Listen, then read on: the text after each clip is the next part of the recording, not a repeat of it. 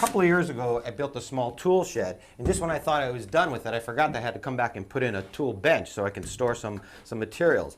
Now, I wanted it to be easy to build because I have better things to do with my time. I was already moved on to the next project, but the bench also had to be incredibly strong. So I came up with this system which works really well.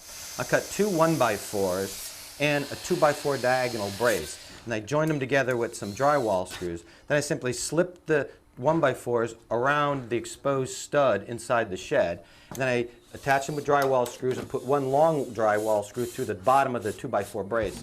Now this creates an incredibly strong bench because all the weight is transferred to the diagonal 2x4 brace. But the other thing I love about this, if you notice, there are no legs in the way. So there's plenty of space to store large boxes, and you won't be bumping into any legs as you're walking around there.